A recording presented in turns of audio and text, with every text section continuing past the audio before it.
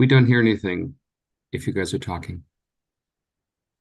No one's saying anything no about one's saying March. anything. Oh, okay. You're all silent. That's what happened. You wasn't People in this supposed to room are hear. silent? Never. It's the first.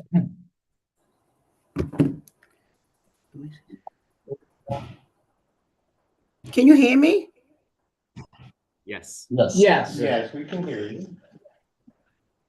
Okay. This thing is. Okay, so. We're recording, the live stream is going. Okay, thanks, Brian. So welcome to the December 3rd, 2024 meeting of the Parks, Landmark, Cultural Affairs Committee. I'm Neil Barclay, Chair of the committee, and Brian Lafferty, the great Brian Lafferty from the Community Board 6 office. He will be the coordinator this evening. Right now, the meeting will be starting at 6:36 p.m. Sarah has, volunteered to take the minutes, and she's also now the vice chair of the committee, so, which is great. All right, so I think for this one, we have the minutes. Brian, can you take attendance, please? Sure. Committee members, I'll call your name. No. When your name is called, please say present. I'll announce if there's a quorum. Neil Bark, Present. thank you. Marty Barrett is not with us. Page 12.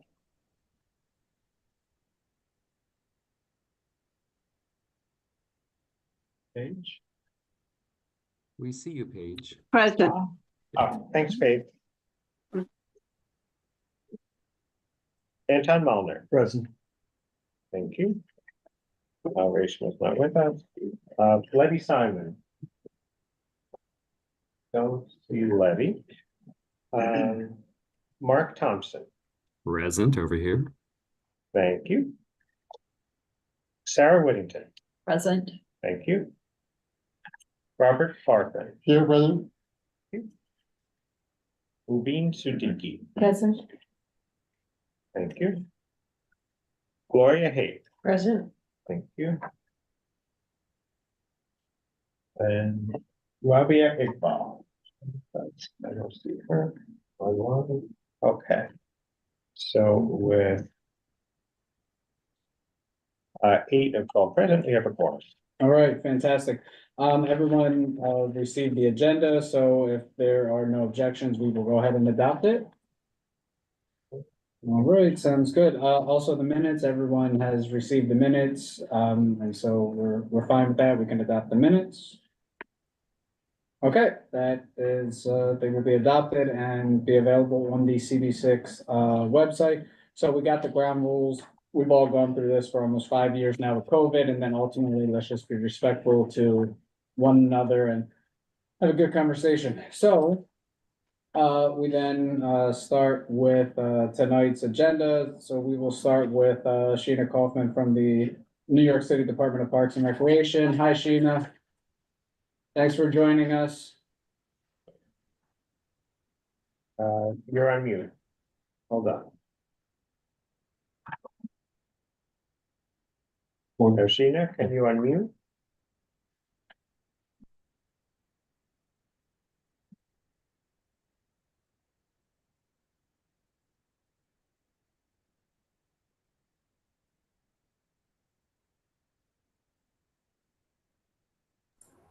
Oh, you can hear me now? Yes, we can hear you. Oh, okay, great. All right, good evening, everyone. I hope everybody had a nice Thanksgiving. So I have a few updates.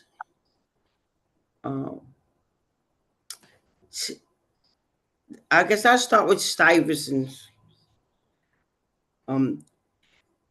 So we added an additional employee this week. Actually started yesterday. And we're going to be training our staff tomorrow around 8:30 in the morning to use the RX machine for rodent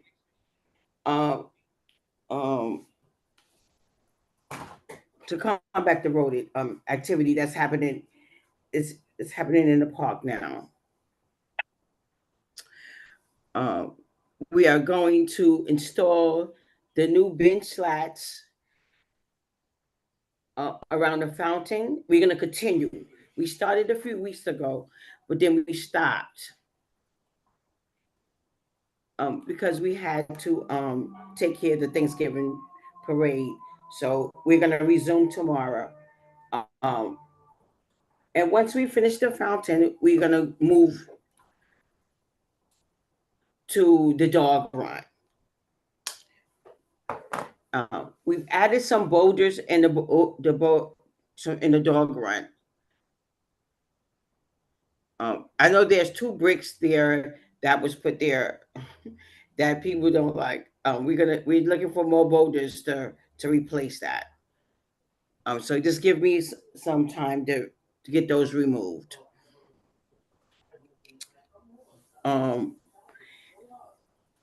So for Dag Hammarskjöld, we removed the scaffolding finally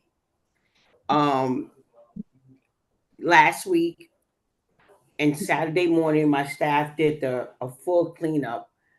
Oh, wow. Full 7-hour cleanup in the park. That's cute. Oh, nice. Okay. We're definitely happy for that. And our capital project has resumed. So Vincent Albano, I know it opened up last month and we got like rave reviews, and it's been doing well so far. No vandalism, no 311 complaints. So far, so good. We also had some major problems in Bellevue South. From starting the day before Halloween into present, there have been graffitiing and burning the safety surface and just breaking the swings, all types of things, putting graffiti all over it. It's a problem. We went to NYPD, and hopefully they can help us out with some of the vandalism that's been taking place. St. Martin's on 11/23, they had the ribbon cutting for the guarding. Siobhan, I can hear you. I'm sorry. Excuse me.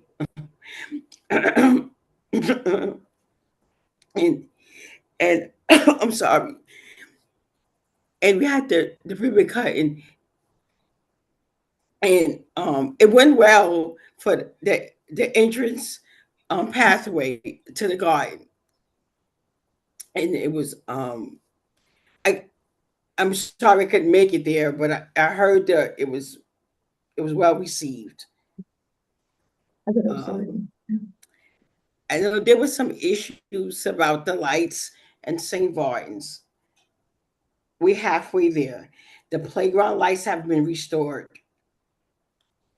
but the lights on the basketball court and the handball court have not. So we're working with DOT to get these things turned back on because it's been a long time. So my continued emails and pestering will hopefully get it done.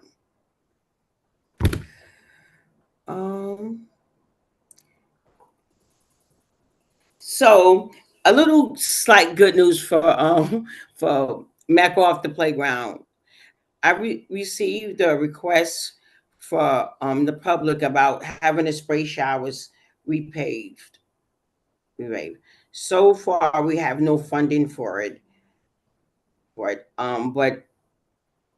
the playground needs to be renovated, and hopefully we can seek some funds in budget 26 for that's Mecca off the playground. So hopefully that can happen. And that's about it.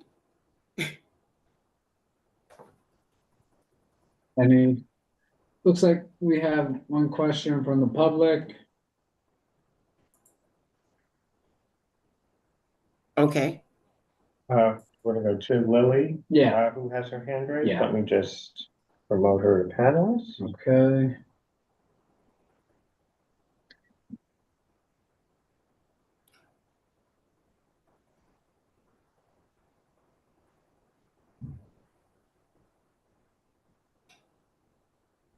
Hi, everyone. Thank you. Oh, Can you guys hear me? Yes, we can hear you. Great. Thank you. Good evening, everyone. I'm Lily Liu, and I'm a resident of CB6. I wrote out our feedback. I hope it's okay that I read it. I'm here representing Friends of Astor Levy Rec Center, a growing group of over 700 community members. Since October, we've reached out to various departments at parks regarding the pending HVAC renovation, though received no response. At last week's Vital Park Forum, we learned that the complete shutdown was pushed back to September 2025, lasting up to 18 months. While we understand the scope of the project now includes much more than HVAC upgrades, such as the indoor-outdoor pools, basement, electrical, and more, we want to ensure these updates truly meet the needs of our members. We're asking for clarity on the specifics of the renovation and whether alternative bids, such as partial or phased renovations, were prioritized.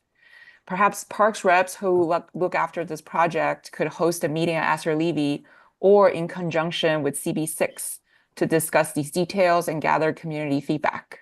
We're hopeful that leaders at CB6 will join our discussion, and we're also open to other ideas that prioritize a community-centered approach. Thank you. okay. Thanks for calling in and joining us. So we had a chance, we connected with Recreation, with Ken Connors, and we spoke to him about some of the concerns that you have as well as the community. And we are going to work to have him to join us in January. And so we can have a more thorough discussion. But my understanding is everything that you have said. HVAC, looks like, the electrical system, the basement, which was destroyed during, Sandy. I think renovations with the pools, so I mean, it's like a lot that's going on. And so I think, I think Ken would probably be able to provide more information on That's great. That's great. We just want to open up a channel for community dialogue. And it's really good to know that you guys are on our side, because we've so far had no success reaching out with parks ourselves. I think they see our emails, but no one's responded, which seemed unfortunate. But it's definitely good to hear that you guys are involved and support our cause. I think we would like to have more people join either in person or perhaps on Zoom. When will you guys find out on when this might be scheduled so we can, alert our members, let people know they can also get involved? Yeah. Well, yeah, we can, so the January meeting, it would be, let me see. Oh, it's a regular parks meeting? Yeah, so it would be a parks meeting. So what we will do, we can have someone from recreation, they can come in, we'll put it on as an agenda item and then people call in, we've done that quite often, so. Thank you. Okay, Discuss great. Would it be, topics. oh, sorry. Would it be like the first Tuesday in January? Is that? Yeah. That's it. Or 7. Yeah. Okay. And around like 6:30, like basically the same Yeah. thing. Okay. Yep, it will be 6:30. Yep, Okay. and Zoom is fine.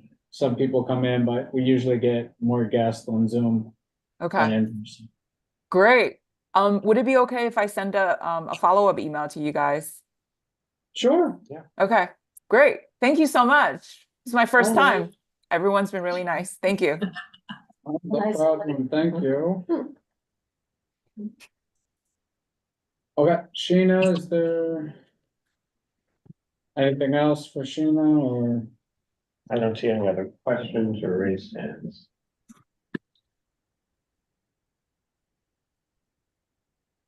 Okay, well, if there are no questions, let's see. Okay, so we can now move on to the second item of the agenda.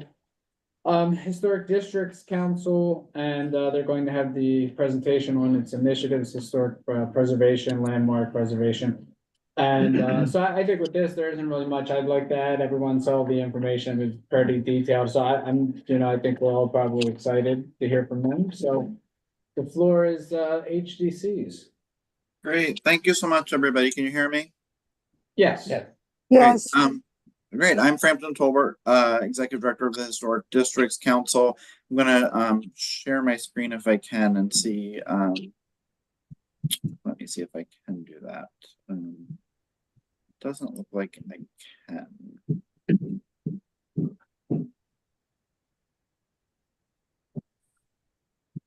Oh, here we go. Okay.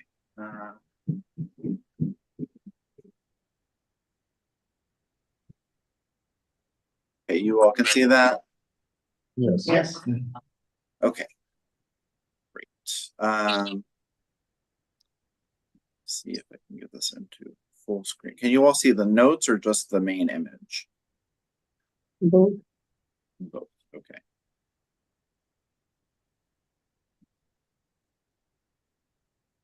Okay. We'll leave that there.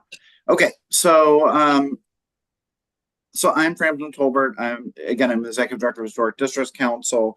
Thank you all so much for giving me the opportunity to present briefly tonight. For those of you who don't know us, we are the citywide advocate for New York's historic neighborhoods, working with more than 500 neighborhood partners and community groups, civic groups. We've probably worked with some of the members of Community Board 6 and look forward to working with others. And our main goal is to advocate for New York's, to preserve New York's historically, architecturally, and culturally significant buildings and neighborhoods. And we've been doing these kind of brief presentations for community boards and community organizations to both reintroduce ourselves, as well as talk about some of the priority issues that we're working on that are impacting historic neighborhoods.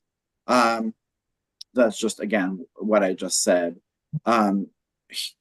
We've been involved in the creation of almost all the 157 historic districts in all 5 boroughs, and 1,464 individual landmarks, 123 interior landmarks, and 12 scenic landmarks. So I know this sounds like a lot, but it only represents actually 3% of New York City is landmark designated.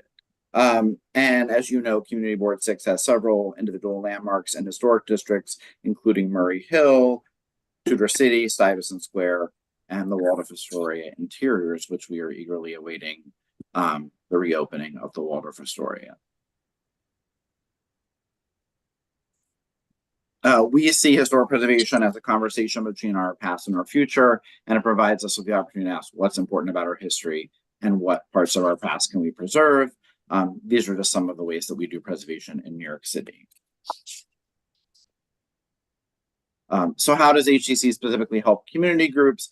We offer support for the landmark designation process, review of proposals for changes to historic properties at the Landmarks Commission, the National Register process, cultural resource surveys, walking tours, panels, lectures, and capacity building for community organizations. And I'll talk a little bit more about this. And I know some of this may be repetitive and pretty introductory information for some of you, but for others, there's probably new information in here. So I apologize if some of this is fairly basic. Some of the ways that we've been working recently, we've been working with Manhattan Community Board 12 on a community survey to identify priorities, and we sent out a survey in English and Spanish. We have over 100 responses at this point, asking the community members actually what they wanted to see preserved in the neighborhood.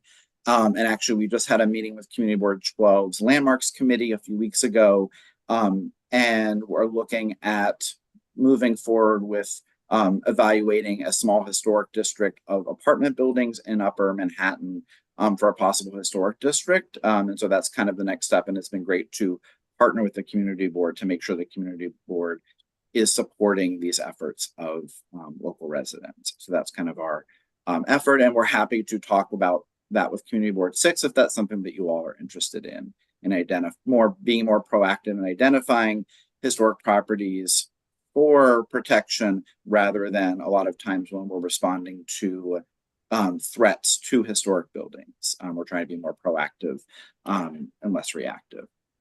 We've also been working with Brooklyn CB10 on a similar initiative in Bay Ridge and Bensonhurst for them to have their own list of priorities to submit to the Landmarks Commission for consideration. So I'm going to walk briefly through the landmark designation process. You all, again, probably know some of this. For something to be designated a landmark in New York, it has to be at least 30 years old, is an individual building, district, interior, or scenic landmark, which has been deemed an important part of the city's heritage. When a site is landmarked, the Landmarks Preservation Commission and the city agency must approve in advance any alteration, reconstruction, demolition, or new construction affecting the designated site. Landmark designation does not control use. It does not prevent new construction. We review a lot of new construction within historic districts and adjacent to individual landmarks in the city. It does not increase rent, and we have reports on how historic districts have or have not impacted property values and rents within and pricing within historic districts and outside of historic districts. It does not discourage affordable housing. It does not require restoration.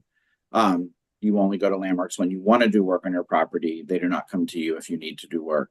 And it does not maintain specific businesses. And this is saying we're exploring ways to help preserve parts of the city that are not candidates for landmark designation, like legacy businesses. These are conversations we've been having at HDC and with some of our partners around the city. The process, if you want to be a landmark, you submit a request for evaluation, which is a short form on the LPC site that anyone can submit. And I'll talk a little bit more about some of the sites that we've been submitting in the Rose Hill area of Manhattan with a new community organization there. And if the LPC decides they want to designate, they move forward with a public vote at a public meeting to calendar the property and then hold a public hearing where any member of the public can testify. And then the commissioners vote on this designation process. There's no timeline for this. So when LPC receives a request for evaluation, they generally respond very quickly that it may merit or it does not merit. But then after that, there's no process they can take.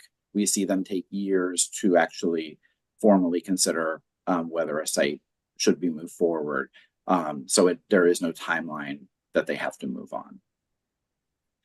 So the regulation process, what happens once you are a landmark? And I know these are probably applications that you all see at CB6 at this committee regularly from your historic districts.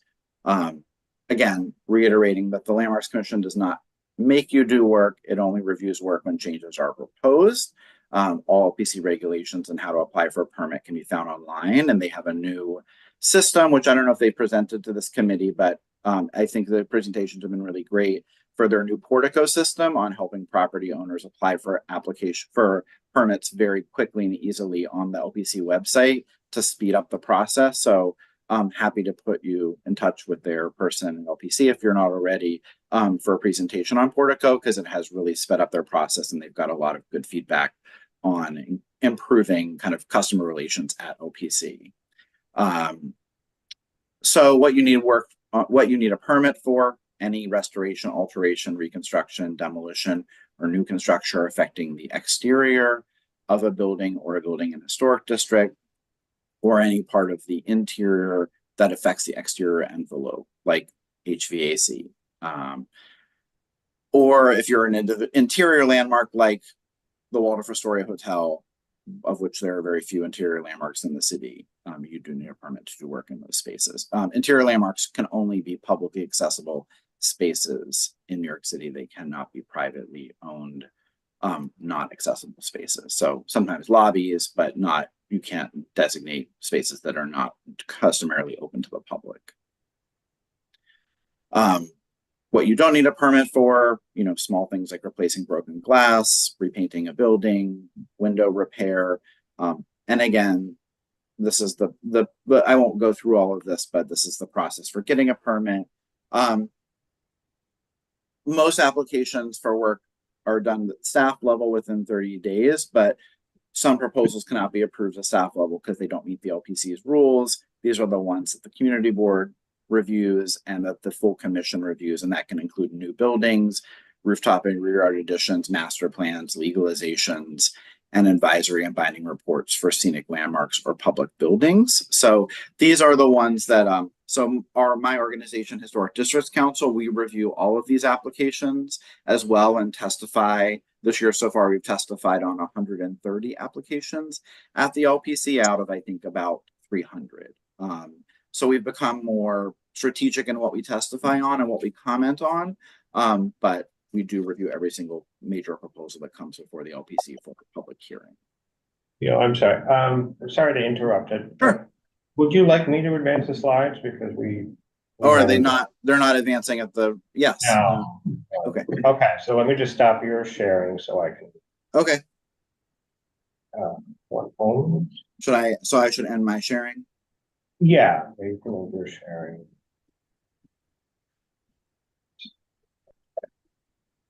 So tell me when to. So we were two slides back. Let's see, keep going back. Here? No, go back. Let's see. Yes, I guess we just finished the permit process. So you can go to the next slide. Okay. So there's one of the other main ways that we help preserve properties in New York City is the National Register of Historic Places. So I'll talk a little bit about that. National Register is a state and federal process, not a city process. And a listing on the state and national register is for a district site, building, structure, or object that's at least 50 years old, and is associated with significant events that have made a contribution to our history. There's a whole broad set of criteria for whether you can be listed on the National Register, which I'm not going to get into just yet. Next slide. And the real difference here is that the Landmarks Commission, being a local landmark, prevents demolition or inappropriate alteration, and the LPC is a binding authority.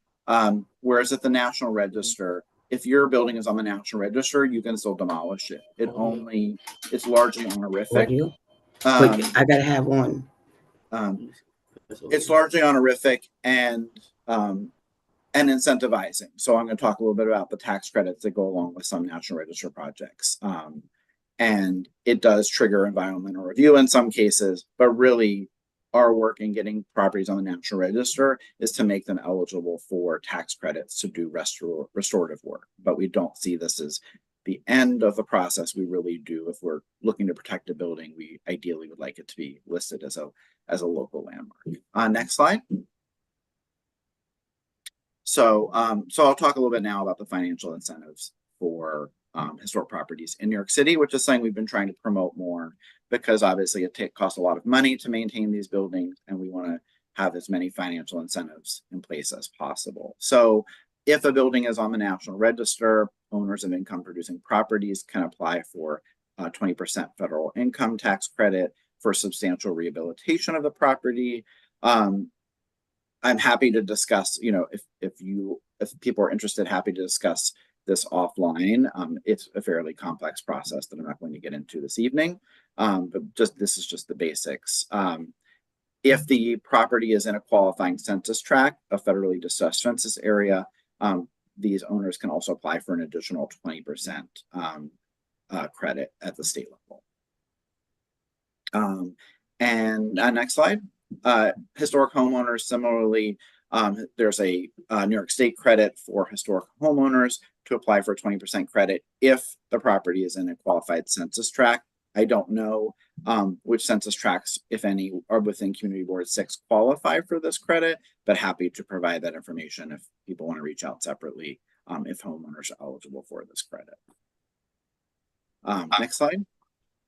And then beyond the National Register Tax Credit Program, the Landmarks Conservancy, one of our colleague organizations, offers grants and loans to sacred sites, to religious organizations for work like new roofs and evaluations of their property. They have an emergency loan program, as well as low interest loans and grants to homeowners. So I would encourage you all to check out the Landmarks Conservancy's website for those financial incentives. And then the Landmarks Commission has a very small grant program offering grants ranging from $10,000 to $30,000 that is largely for income restricted homeowners. Next slide. So I'm just going to briefly talk about some other things that HCC is working on that impact historic buildings. I know because, as you all probably know, that City of Yes is being voted on at the City Council on Thursday. I'm not going to spend very much time here, but really just talk briefly about what HCC's focus was in reviewing City of Yes and how it may impact historic neighborhoods.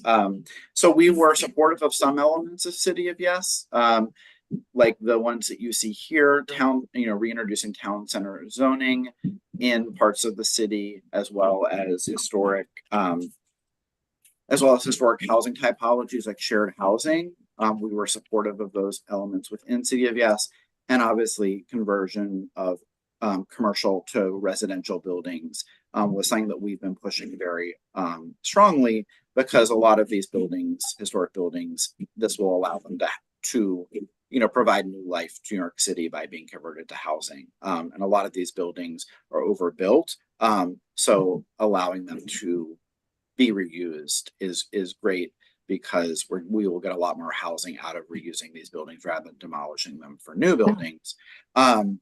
And also diverting that material away from landfills and really trying to stop construction debris from being sent to landfills. So this is something we've been very supportive of and have a whole initiative around commercial to residential conversion. Next slide.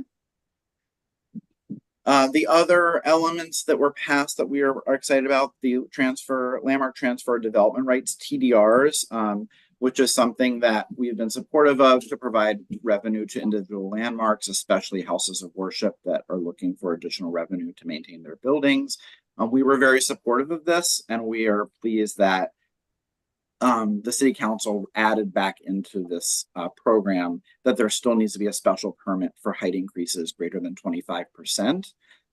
So that will still come to the community board for review, which is something that was not in the original City of Yes plan. It was all going to be reviewed by staff at City Planning, and we wanted to make sure there was still input for the community on that 25% increase. And then special purpose districts, which we think are really important in New York City. They've kept a lot of the design intent of special districts in New York City as part of City of Yes, which wasn't there originally. Landmarks at Risk. This is a project that we've been working on, which is a crowdsourced list of over 100 sites in New York City that are designated landmarks that are at risk of demolition, either by owner neglect, or some of them are city-owned sites. If you all know buildings within Community Board 6 that are landmarks that you're concerned about their integrity, we welcome your emails so we can add them to our list to be monitoring. So we've really been working a lot with LPC, which has introduced a lot of new rules around protecting these buildings, and we'll hope to be meeting with Department of Buildings shortly to make sure that they're addressing this. We've lost about 15 to 20 landmarks in the past 3 years to demolition by neglect. So it is something that we're seeing as a growing concern. Next slide. We also have a new report that will be coming out in a few weeks called How Preservation Can Support New Housing. How housing and history and housing go hand in hand. And this is a report about how preservation has been supportive of New York City's housing goals. It's a report that has examples of adaptive reuse, new construction of housing in historic districts and adjacent to individual landmarks, and a whole host of other ways that we have been supportive of new housing in New York. And then in March of 2025, our conference will focus on how we can preserve our stock of rent stabilized housing in historic buildings. Next slide.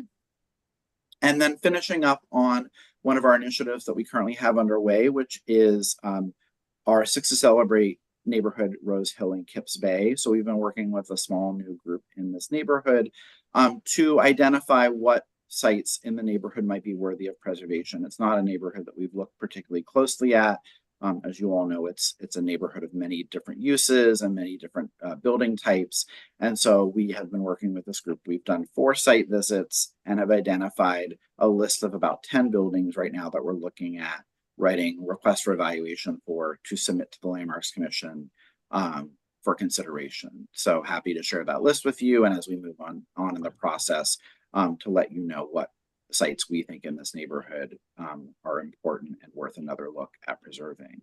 And we've also done a sold out walking tour of the neighborhood, and we'll have a walking tour guide of the neighborhood that will be printed and distributed next year.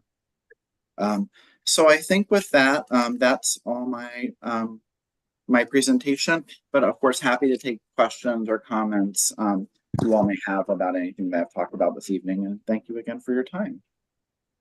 So, I have a question because of, I guess, being more proactive with looking at different places that could be, landmark or historic district. So let's say, for example, the committee or if a few members were interested, could we take a walk, around parts of the district if we had questions about places or addresses, like homes that could be, that may be, of interest to be landmarked, or that could be a historic district? Yeah, we would love to do that, and we do that quite regularly with our advocacy committee, which is made up of our board members who are experts, architects, engineers, architectural historians, and so would welcome, a joint meeting with members of the committee and some of our advocacy committee members to meet and look at parts of the district and see if there are priorities there, and if there's a way that you all want to start gathering information about what sites might be worthy of preservation, so the committee can have its own list of and be aware of kind of the sites of interest. Yeah, I think, what do we think? That would be. I love that. I know, Mark Thompson, he suggested a coffee crawl. I think that's. Some coffee, take a look, some more coffee, and, so I think that would be And great, pastry. And pastry. And pastries, There you go. Historic pastries. yes. And we can even share with you what's been done historically. I know there's been talk of a Murray Hill extension and other, there have been historically, ideas. And so maybe we could even put together a map of CB6 of what sites may be of interest in the past and kind of share that with you for you all to review and decide, what sites might be worth further investigation. That's great. Yeah. That's great. I just have one more question. Since the UN is in Manhattan, do you ever team up with them? Because I know they also designate heritage sites across member countries. So I wondered if you've ever done any work with them. We haven't done, our work is primarily local, focused on local designation in some state, but I'm happy to meet with them. We do sometimes host groups here at our office from other countries. We just had a group from India who came here to kind of learn how we do designation in New York City and was meeting with various groups. So always happy if there's someone there that we can talk to about that. And we've worked more with the World Monuments Fund, which is much more focused on kind of international protection and how those sites can be monitored and protected. Anyone else? All right, well, I see a hand raised. Mhm. I believe it's Jesus. Hi, hi, Mr. Tolbert. I'm Jesus Perez, the district manager. Oops, my camera was off, sorry. Of Community Board 6. I was taking a look at our board's resolutions on landmarks matters and noticed that there's been a real drop off since the pandemic of the amount of things we even get to consider. I guess I was wondering if you had seen that among other community boards, because it used to be before the pandemic, we would easily get half a dozen things in a year, usually almost always certificates of appropriateness, but we'd get like half a dozen of them. And just in the last 3 years, we've literally gotten one a year. Yeah, we actually were talking with the Landmarks Commission about that recently because certain neighborhoods we've seen a lot of drop off, whereas other neighborhoods, I would say like Brooklyn Heights and Greenwich Village, we're seeing every single public hearing, we're seeing 6 to 7 sites within those districts. And so we're wondering, if LPC is intentionally grouping certain neighborhoods, or there's just less interest and activity there. Something else we're working with them on is legalizations. We've seen more legal work that the LPC has then had to ask homeowners to come in or property owners to come in and fix the work that they've done. I think today we're reviewing a building in Tribeca that have been painted white without getting any permits. And it wasn't that we were against the color painting, but it was just that they hadn't gone to Landmarks and talked to anybody about it. So it could also be we could talk with them and make sure, are they seeing an uptick in illegal work within CB6, because that's also more property owner education and just making sure people know that they need to go to LPC for these permits rather than doing the work immediately. So happy to talk with you separately about that and check in with LPC on if they have also seen a trend in CB6 in kind of a decrease in applications.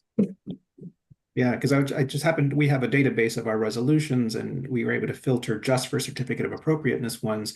So we can easily see that it went from like half a dozen to literally these past 3 years, 1 a year, and that's it. I was wondering, since certificates of appropriateness are one of the few things that community boards actually get to opine on, does your organization have maybe like some sort of one-pager or guidance or something on things community boards should look out for in these certificate of appropriateness applications? Because just by looking at our resolutions, 99.9% of them are no objection. So either they're all so innocuous that there's just never an objection, or we're maybe missing some things that we really should be seeing. And given that, oftentimes community board members are lay people in this particular field, does your group provide guidance as to the sort of things to look out for when reviewing something like a certificate of appropriateness application? I think we could set up a separate discussion about that. We have a committee of, again, professionals and community members who review all those applications, and we're actually planning on in the new year having the committee co-chairs do a public presentation on kind of trends and things that they are seeing in these applications to be aware of. What are we seeing more of?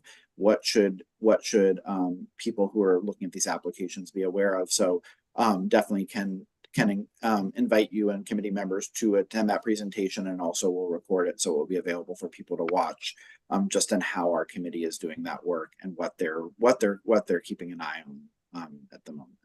Wonderful. And then one final question, I'm sorry. The only other thing it seems that Landmarks Preservation Commission ever contacts us about is, right when the designation hearing is about to happen, they claim that they want to have something on record from the community board, but they oftentimes tell us like a week or two before the vote is about to happen. And given community board timelines, we need 45 days minimum. Additionally, and I asked them, given that, a designation is a years-long process, was there any time in advance of that they could have looped us in and told us about this? And essentially they're like, yeah, that's not part of the process.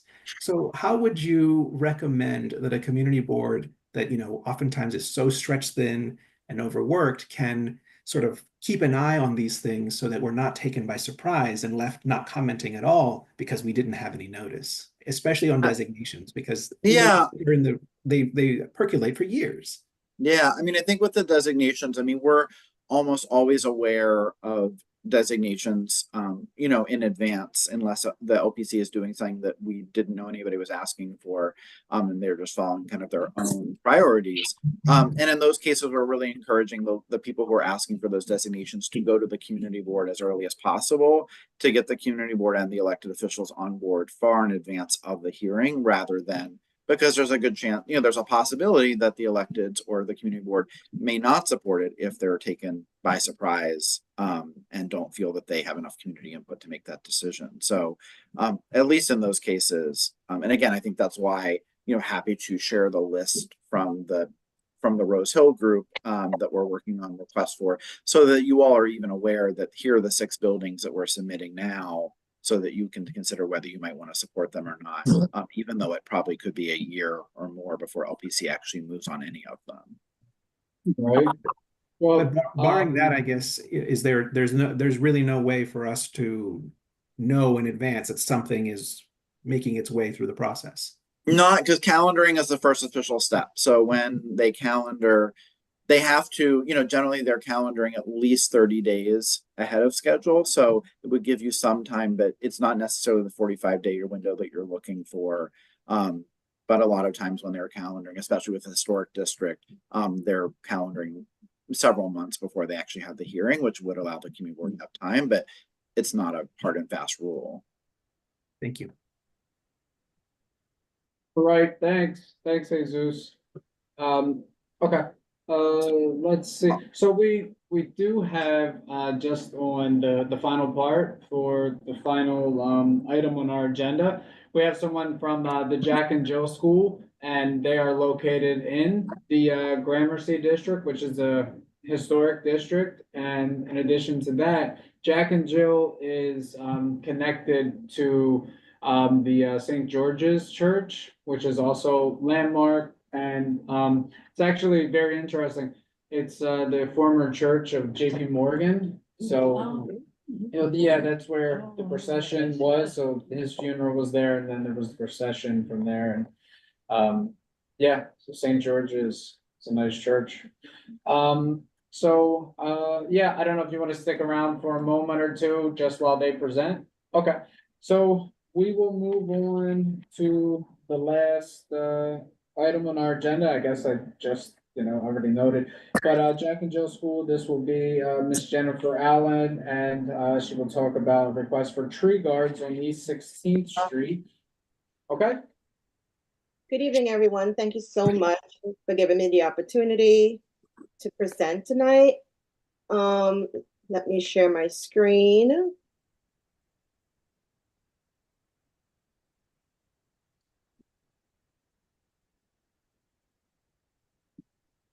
Is everyone seeing my screen? Yes. Yes, so my name is Jennifer Allen, and I am the director of the Jack and Jill Preschool. We serve families with children between the ages of 2 years to 5 years. This is our 75th year, so we've been around for quite a while. So we are a nonprofit school, which of course means our funds are very limited. And we have 5 beautiful trees along our street. Well, the entire street is tree line, but on our side, we have 5 trees, and the roots are really growing a bit out of control.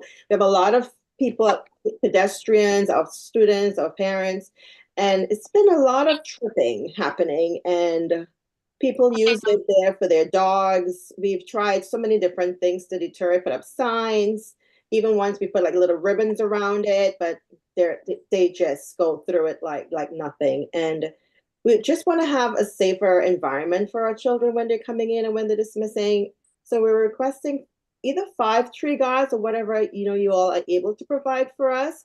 So this is just my intro letter. I reached out to one of our contractors who usually does all of our work. So this is the entrance to our school. On this side, to the right, that's St. George's Church, and we are in a landmark building. It's quite beautiful. I just took a couple of photos today of the block. So you would see we try to put a lot of dirt in it to really try to level it off, but it's still happening. People are still tripping, still using it as a bathroom. This one is the worst one. We can see how it is there. It's very, very regular. We've covered it so many times, but it just keeps coming right back up. So it's a constant battle we're having with Mother Nature, and we're really hoping if we could have some tree guards along these trees. So the contractor, they're all different sizes, the tree pits. So we're hoping, if we can have them all the same size. You would see, you can tell how this one is much smaller, just to have them all uniform and have tree guards to protect the tree and to protect our community. This is what they look like. Perspective. really simple, nothing to elaborate, but this is the invoice we received from the contractor, what he was thinking it's going to cost. 37,500. I am not a contractor, so I was really blown away by this number. So I reached out to another company, but of course it was Thanksgiving time, so it didn't get back in time for today's meeting. I should be receiving it next week, so hopefully, it's a little more, cost effective. Does anyone have any idea what tree guards usually go for? This is the estimated give us for 5 trees, cutting the concrete to even off all of them, all the pits to be the same size. Has anyone ever done anything like this? Or worked with Well, any company? Marty Barrett is in here. He's very familiar with, what is it, tree beds, yeah, but we'll all say tree pits today, all right? I just can't listen to this. So I think he's more familiar with the numbers. Mark, I don't know if have you had any experience with this? Yeah, but I don't remember the numbers, and I'm sure they went way up during COVID, like everything else did. Yeah, I exactly. mean, all metal work is crazy. But it was really expensive. I remember that. I think the DOT though, actually, we should reach out to them. Jesus, I'm pretty sure they have there's somebody there who actually handles this stuff from the past. Mhm. Maybe Sheena and Robert McLean are still here. You guys probably deal with this more than we do. Might you guys have any idea, ballpark, what these tree guards would cost? No, they're very expensive. Okay. Yeah. I know that. This is just me not knowing. Okay. Wow. They're very expensive. Okay. All right. So I'm here to ask if we can have any assistance to have, even if we can do 3 of the tree pits, not all 5, whatever, ever it's within your reach, we're happy to accept. Would this be might be a capital budget request to the councilman of the district for the city budget? If they're really as expensive as all that, probably so. Because It sounds like it would be. So, yes. These are very mature trees, they probably need a lot more scaffolding and support than an average tree. Mhm. For what it looks like, I'm blown away by the price. Is there, and Sheena may know, is there anything with the trees, what, the type of the tree, how long the tree has been there? Is there anything, I guess, that can, parks regulations that, like determine certain times tree guards would have to go around? So no, it doesn't. Before they do, they have to get a permit. You have the permit. All right. So once you get the permit, then it just becomes a choice of what you're willing to spend. And you also want to take in consideration that the tree is going to continue to grow. Yeah. So you want to be able to take that, into consideration when putting up tree guards. Mhm. I really don't, because we don't really deal with them. It comes within sometimes it comes within when we do capital projects, but a lot of it comes from DOT, to my understanding, for tree guards. Wow. So DOT could probably give you a better ballpark amount. And you, but if you have a contractor come out to do it, to give you an estimate, then they can tell you, how much this will cost, and they can give you a quote. Yeah, that to tell you, but they're very expensive. Yeah. They are very expensive. I know that. Yeah, so this is the quote they gave us, 37,500 for all 5. So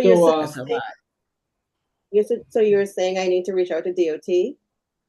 You can ask them. You can pretty much ask them what they use. But if you're going for a decorative type of tree guide, pretty much you're gonna have to go through an outside contractor. I don't know if you're able to use any of the contractors they utilize. They could probably give you some contractors, names or companies that you can go with and that are probably kind of reasonable. But you know, everybody's gonna amp the price up because of COVID. Right. You know. So, yes, go ahead, Mr. Barclay. No, go ahead. Mr. Barkley? No. Go ahead. Yeah, Mike, so is there any way possible that you, Community Board 6 can help us fund this?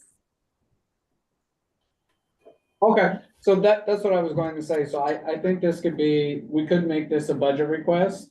I think that's a good idea. So we already have the one estimate. We could then, they're waiting to get a second estimate. And then also with, I guess like determining the estimates exactly, we do have a contact at DOT. Then we could contact them and understand a little bit more like what the process would be, like what type of estimates is, you know, is there a contract that they're using? What might be some of the requirements that we would look at? And so then I think from there, once we get that information, we can look at a resolution and you know, make it a budget request. We have the request, you know, they're already in for this year, but we have, you know, the new year that will be coming in June, which, you know, will be here quickly, as we all know, unfortunately. It just, you know, it just flies, right? It just flies. We have Sutton Place community group that So, yeah. wanted some of those. Yeah, that was SAC, so, yeah, I mean, we're still waiting to get, everything All the that we need from information. there. Yeah, and then we have some of the information, and Marty was also, helping out with that. But I think that would be, the next steps. Does, anyone else have any questions? Okay, so, yeah, all right. So I think that's it. Get the second estimate and then we will, we can chat with DOT to see what they think. And then we can, work on a resolution for a budget request. Neil, Yeah, in terms of, what was just mentioned about the Sutton area communities request for tree grates, I think they did submit, estimates to you. yeah, they sent So- estimates over. Yeah, I'm sorry. No, I mean, that was just asked whether we were waiting for estimates. I think they did submit estimates to you. Yes, they sent estimates over, and that was the one that, like I said, we were still working with Marty. He just wanted to take a look because remember. Okay, when great. Yeah, when we had that discussion, he mentioned, he had mentioned something about what the estimates were because we didn't have the exact numbers at that time. Mhm. Yes, Anthony? No, they're looking for grates or gates around the tree pits, or sorry, tree beds. No, it's okay. Everyone here can If say you're talking gates. about the ones along First Avenue, those are grates, not So that- gates. GRATES. And Okay. that was because they wanted to prevent rats from getting in. That's a big problem. That's my understanding, Marty. Did you take a look? That's Anton. Oh, Anton, I'm sorry. No, Marty's not here. That's why we're all saying Oh, tree okay. beds. Yeah. Okay. Tree pits or tree beds. But Yeah. yeah, I Um, know they submitted to you a budget for that. I think each of those were 2,500 or 1,500 or something. Okay, so what we'll do, yeah, we'll just, we'll dig that up again, look at that. I can Right. chat with Marty and then But we that can. was not the same thing as what Jack and Jill are requesting. Right, that's right. Yeah. That's right. Is there, any other questions for Miss Allen? No? So, okay, Miss Allen, we will, come back to you on this. We'll follow those steps. And I think the panelists are free to go home, right? I don't think we have any questions for them, and then we'll wrap this up. So, chairs, so thank you everyone for Much. joining us. Mark, Letty, Paige, you can't leave, so. Oh, you gotta- okay. You gotta wait. Server sentence, okay. Thank you, Okay. Sheena. All Sheena. right, so, you know, chair's report.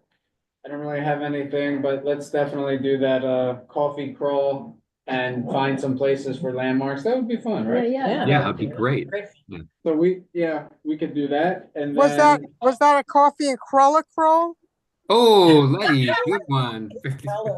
Coffee. So they already We're all- have a map with what they've already That could designated? become a thing. I know. We can, yeah, and then we could find some. No, I know, but do they have an existing map though of the Yeah. neighborhood? He Let's- said he would make. yeah, one. yeah, he has. I was surprised when you said he'd make it, I thought they'd already have one. Yeah, I know. Yeah. He did say he So- would make it. So so chair's report, I mean, there's nothing really, just make that suggestion, we could do that, no updates in there. Old new business, Sarah is the new, vice chair of the committee, and, Thank you, my pleasure. and that's it, 7:35, All meeting right, man. is over. Speed How meeting. about that? Great. Good night. Thank you. Bye, everyone. Bye-bye. Signing off. Bye-bye. Motion to adjourn. Motion to adjourn. Motion to adjourn, okay, Second. that's it. When is the next meeting? We should say second Tuesday of January?